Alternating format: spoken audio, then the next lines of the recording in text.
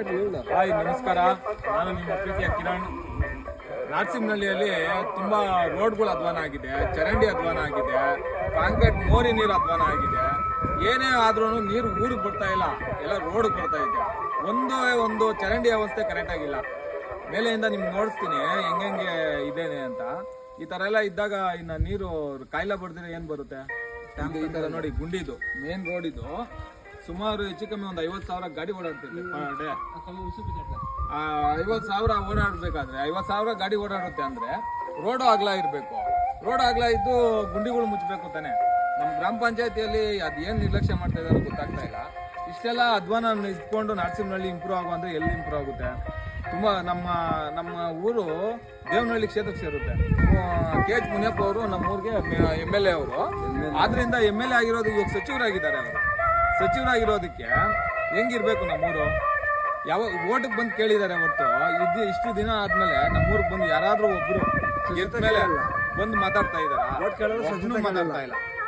ಬಂದು KH ಮುನಿಯಪ್ಪ ಅವರು ನಮ್ಮೂರ್ ಕಡೆನೆ ಬರ್ತಾರೆ, ಹೋಗ್ತಾರೆ, ಸುತ್ತು ನೋಡ್ಕೊಂಡು ಹೋಗ್ತಾರೆ. ನಮ್ಮೂರ್ಗಂತೂ ಬರಲ್ಲ. ನಮ್ಮೂರಲ್ಲಿ ನೀವು ನಂಬ್ತಿರೋ ಇಲ್ಲ, ಒಂದು ದೇವಸ್ಥಾನ ವ್ಯವಸ್ಥೆ ಇಲ್ಲ, ಕರೆಕ್ಟ್ ಆಗಿರೋ ಒಂದು ದೇವಸ್ಥಾನ ಇಲ್ಲ. ಪ್ರತಿಯೊಬ್ಬ MLA ಬರ್ತಾನೆ, ನಿಂತ್ಕೊಂತಾನೆ, ನಿಮ್ಮೂರ್ ದೇವಸ್ಥಾನ ಕಟ್ಸ್ತೀನಿ ಅಂತಾನೆ, ಗೆದ್ದ ಮೇಲೆ ಹೊರಟೋಗ್ತಾನೆ ಅಷ್ಟೇ. ಒಬ್ನು ₹1 ಕೊಟ್ಟು ನಮ್ಮ ದೇವಸ್ಥಾನ ರೆಡಿ ಮಾಡಿಲ್ಲ. ಈ ದೇವಸ್ಥಾನ ಬಿಡಿ, ಆಮೇಲೆ ಮಾತಾಡೋಣ. ರೋಡ್ ನೋಡ್ಸಿ ನೋಡಿ, ರೋಡ್ ಅಂತಾರೆ ಇದನ್ನ. ಎಷ್ಟು ಗುಂಡಿಗಳವೆ ನೋಡಿ, ಬನ್ನಿ. ಇದು ರೋಡು ಚರಂಡಿ ರೋಡ್ ನೀರೆಲ್ಲ ಆ ಮನೆ ನೋಡಿ, ಆ ಮನೆ ನೀರು ಎಲ್ಲ ರೋಡ್ಗೆ ಬಂದು ಹಂಗೆ ದೇವಸ್ಥಾನ ಮುಂದೆ ಹೋಗ್ತಾ ಇದೆ.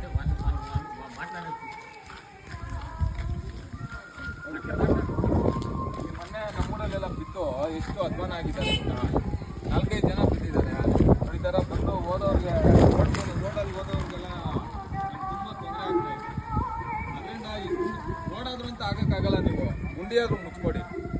ಈ ಗುಂಡಿ ಮುಚ್ಕೊಟ್ಟು ನಮಗೆ ನೀಟಾಗಿರೋ ಚರಂಡಿ ವ್ಯವಸ್ಥೆ ಮಾಡಿಕೊಟ್ರೆ ಸಾಕು. ಪಾಪ ಹಂಗೆ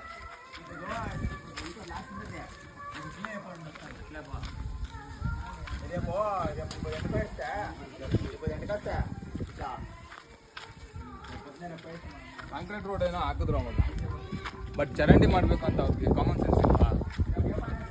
ಚರಂಡಿ ಮಾಡಬೇಕು ತಾನೆ. ಅವ್ರು ಬಂದಿದ್ದು ನೀರು ಹೆಂಗೆ ಹೋಗುತ್ತದು? ನಿಮ್ಗೆ ನೋಡಿಸ್ತೀನಿ ಒಂದೊಂದು ಚರಂಡಿ ಎಷ್ಟು ಅಧ್ವಾನ ಆಗಿದೆ ನೋಡಿ. ಇದು ಯಾವುದೋ ಕಾಡಲ್ಲ, ಊರು ಇದೆ, ಇದೇ ಊರು ನೋಡಿ. ಊರಲ್ಲಿ ರೋಡಲ್ಲಿ ಹೆಂಗಿದೆ ಅಂತ. ಇದು ದೇವಸ್ಥಾನ, ನಮ್ಮೂರ ಪ್ರಸಿದ್ಧವಾದ ದೇವಸ್ಥಾನ. ಇಷ್ಟು MLAಗಳು, ಇಷ್ಟು MP ಗಳು, ಇಷ್ಟು ಮೆಂಬರ್ಗಳು ಎಲ್ಲ ಗೆದ್ದು ಹೋದ್ಮೇಲೆ ನಮ್ಮೂರಲ್ಲಿ ಇದು ದೊಡ್ಡ ಪ್ರಸಿದ್ಧವಾದ ದೇವಸ್ಥಾನ ಆಗೈತೆ. ಹೆಂಗಿದೆ ನೋಡಿ, ಒಂದೇ ಒಂದು ಮೋರಿ ಕ್ಲೀನ್ ಇಲ್ಲ. ಇದು ಮೋರಿ ಕಾಮಗಾರಿ ಯಾವ ರೇಂಜಿಗೆ ಮಾಡಿದ್ದಾರೆ ಅಂದರೆ ನೆಚ್ಕೊಬೇಕು ಇವ್ರನ್ನ.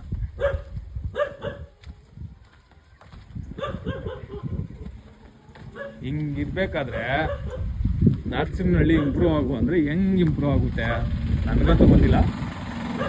ಏನೋ ಗೊತ್ತಿದೆ ಹೇಳ್ಬಿಡಿ. ದೇವಸ್ಥಾನ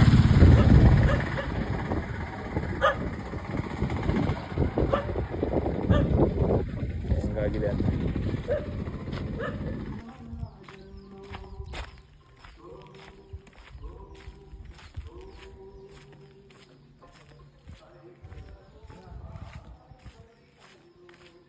ನೋಡಿ, ಯಾಕೆ ನಮ್ಮೂರು ಯಾಕೆ ಇಂಪ್ರೂವ್ ಆಗಿಲ್ಲ ಅಂದರೆ, ನೀವು ಯಾವಾಗ ಎಣ್ಣೆಗೋಸ್ಕರನೋ ದುಡ್ಡುಗೋಸ್ಕರನೋ ಓಟ್ ಹಾಕಿದ್ರೆ ಊರು ಹೀಗೆ ಇರುತ್ತೆ, ಏನೂ ಚೇಂಜ್ ಆಗಲ್ಲ.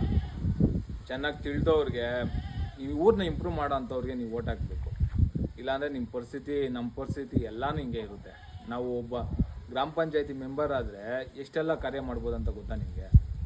ಅದರಿಂದ ದಯಮಾಡಿ ನೀವು ನೆಕ್ಸ್ಟ್ ಬರೋ ಟರ್ಮಲ್ಲಿ ನೀವು ಆಯ್ಕೆ ಮಾಡ್ಕೊಳ್ಳೋರು ಒಳ್ಳೆ ಅಭ್ಯರ್ಥಿ ಆಗಿರ್ಬೇಕು ಅಂತ ತಮ್ಮಲ್ಲಿ ಕೇಳ್ಕೊತಾ ಇದ್ದೀನಿ. ನಾನು ನಿಮ್ಮಲ್ಲಿ ಏನು ಮನವಿ ಮಾಡ್ಕೊತಾ ಇದ್ದೀನಿ ಅಂದರೆ, ಒಳ್ಳೆ ಅಭ್ಯರ್ಥಿ ನೋಡಿ ಓಟ್ ಹಾಕಿ. ನಿಮ್ಮ ಊರನ್ನ ಅಭಿವೃದ್ಧಿ ಯಾರು ಮಾಡ್ತಾರೋ ಅವ್ರನ್ನ ಗೆಲ್ಸ್ಕೊಳ್ಳಿ ಅಂತ ನಾನು ತಮ್ಮಲ್ಲಿ ಕೇಳ್ಕೊತಾ ಇದ್ದೀನಿ. ಜೈ ಹಿಂದ್.